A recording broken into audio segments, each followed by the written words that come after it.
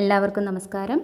ഇന്നിവിടെ പറയാൻ പോകുന്നത് തമിഴ്നാട്ടിലെ ചിദംബര നടരാജ ക്ഷേത്രത്തെക്കുറിച്ചാണ്. ചിദംബര നടരാജ ക്ഷേത്ര ദർശനം നടത്തുവാൻ പ്രധാനമായും അറിഞ്ഞിരിക്കേണ്ട ഒന്നാണ് അവിടുത്തെ പൂജാക്രമവും സമയവും. എന്തുകൊണ്ടെന്നാൽ അത്യപൂർവമായ ചിദംബര രഹസ്യം ഈ പൂജാവേളകളിൽ മാത്രമേ ദർശിക്കുവാൻ സാധിക്കുകയുള്ളൂ. ചിദംബര ദർശനത്തിന് പോകുന്നവർക്ക് ഇത് വളരെ ഉപകാരപ്രദമാവും. പൂജാക്രമവും സമയവും പറയുന്നതിന് മുൻപ് ക്ഷേത്രത്തെ പറ്റിയുള്ള ചില പ്രധാന വിവരം നിങ്ങളെ പരിചയപ്പെടുത്താം. കേരളത്തിൽ നിന്നും പോകുന്നവർക്ക് ട്രെയിൻ മാർഗം എത്താൻ എളുപ്പം മയിലാടുതുറൈ സ്റ്റേഷനിലേക്ക് ടിക്കറ്റ് എടുക്കാവുന്നതാണ്. അവിടെ നിന്നും ഏകദേശം 45 കിലോമീറ്റർ ദൂരമാണ് ചിദംബരത്തിലേക്കുള്ളത്. അതിന് സ്റ്റേറ്റ് ബസ് സൗകര്യവും പ്രൈവറ്റ് ബസ് സൗകര്യവും ഉണ്ട്. പോകുന്ന വഴിയിൽ മറ്റൊരു വിശിഷ്ട ക്ഷേത്രമായ നാഡീ ജ്യോതിഷത്തിന് പേരുകേട്ട വൈത്തീശ്വരൻ കോവിൽ കൂടി തൊഴാം. വൈത്തീശ്വരൻ കോവിലിനെ കുറിച്ച് മറ്റൊരു വീഡിയോയിൽ വിശദമായി പറയാം. ചിദംബരം എന്ന വാക്ക് ചിത്ത്, അമ്പരം എന്നീ 2 വാക്കുകൾ ചേർന്നുണ്ടായതാണ്. ചിത്ത് എന്നാൽ അറിവ് അഥവാ ജ്ഞാനം, അമ്പരം എന്നാൽ ആകാശം. ആകാശം പോലെ വിശാലമായ അറിവ് നൽകുന്നിടമാണ് ചിദംബരം. നടരാജ രൂപത്തിലുള്ള ശിവനാണ് ഇവിടുത്തെ മുഖ്യ പ്രതിഷ്ഠ. പഞ്ചഭൂതങ്ങളിൽ ആകാശത്തെയാണ് ഈ ക്ഷേത്രം പ്രതിനിധാനം ചെയ്യുന്നത്. 3 തരത്തിൽ ക്ഷേത്രത്തിൽ ശിവനെ ആരാധിക്കുവാൻ സാധിക്കും. രൂപം, രൂപാരൂപം, അരൂപം എന്നിങ്ങനെ 3 ദർശനങ്ങളാണ് ഇവിടെ ഉള്ളത്. നടരാജമൂർത്തിയെ ദർശിക്കുന്നതാണ് രൂപം.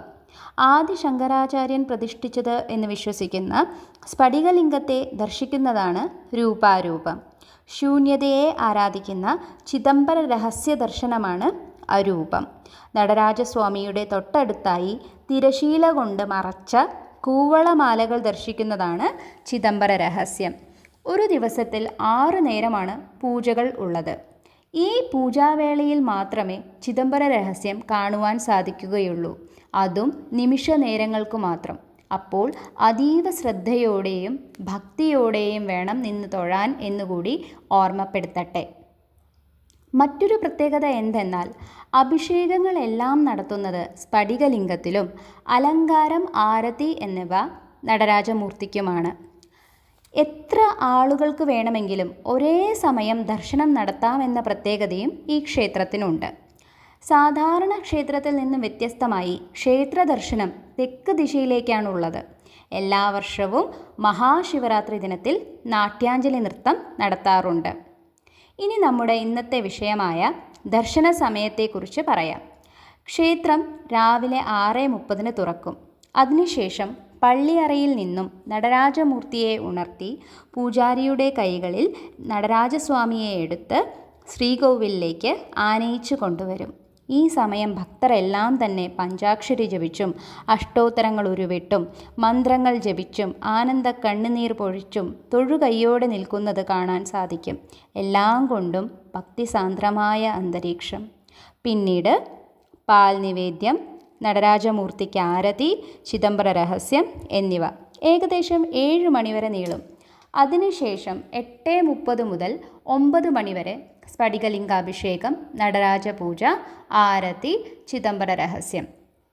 പിന്നീട് 10 മണി മുതൽ 11 മണിവരെ സ്ഫടികലിംഗാഭിഷേകം, നടരാജ പൂജ, ആരതി, ചിദംബര രഹസ്യം. പിന്നീട് ഏകദേശം 12:30 നട അടയ്ക്കും. പിന്നെ നട തുറക്കുന്നത് വൈകുന്നേരം 4:30-ക്കാണ്. അത് കഴിഞ്ഞാൽ 5:30 മുതൽ 6 മണിവരെ സ്ഫടികലിംഗാഭിഷേകം, നടരാജമൂർത്തിക്ക് പൂജ, ആരതി, ചിദംബര രഹസ്യം. പിന്നെ 7:15 മുതൽ 8 മണിവരെ സ്ഫടികലിംഗ അഭിഷേകം, നടരാജ പൂജ, ആരതി, ചിദംബര രഹസ്യം. അതിനുശേഷം രാത്രി 9:15 മുതൽ 10 മണിവരെ സ്ഫടികലിംഗ അഭിഷേകം, നടരാജ പൂജ, ആരതി, ചിദംബര രഹസ്യം. പിന്നീട് ഏകദേശം രാത്രി 10:15 നടരാജമൂർത്തിയെ പല്ലക്കിലിരുത്തി പള്ളിയറയിലേക്ക് കൊണ്ടുവന്ന് പൂജകൾ നടത്തി ആരതി നടത്തി 10:30 ക്ഷേത്രം നടയടയ്ക്കും. അപ്പോൾ ഈ പൂജാവിധികളെല്ലാം തന്നെ മനസ്സിലാക്കി ക്ഷേത്രദർശനം നടത്തുവാൻ എല്ലാവർക്കും സാധിക്കട്ടെ എന്നും ഭഗവാൻ നടരാജസ്വാമി എല്ലാവരെയും അനുഗ്രഹിക്കട്ടെ എന്നും ഈ വേളയിൽ ആത്മാർത്ഥമായി പ്രാർത്ഥിച്ചുകൊണ്ട് ആശംസിച്ചുകൊണ്ട് നിർത്തുന്നു. എല്ലാവർക്കും നല്ലത് വരുത്തട്ടെ. നമസ്കാരം.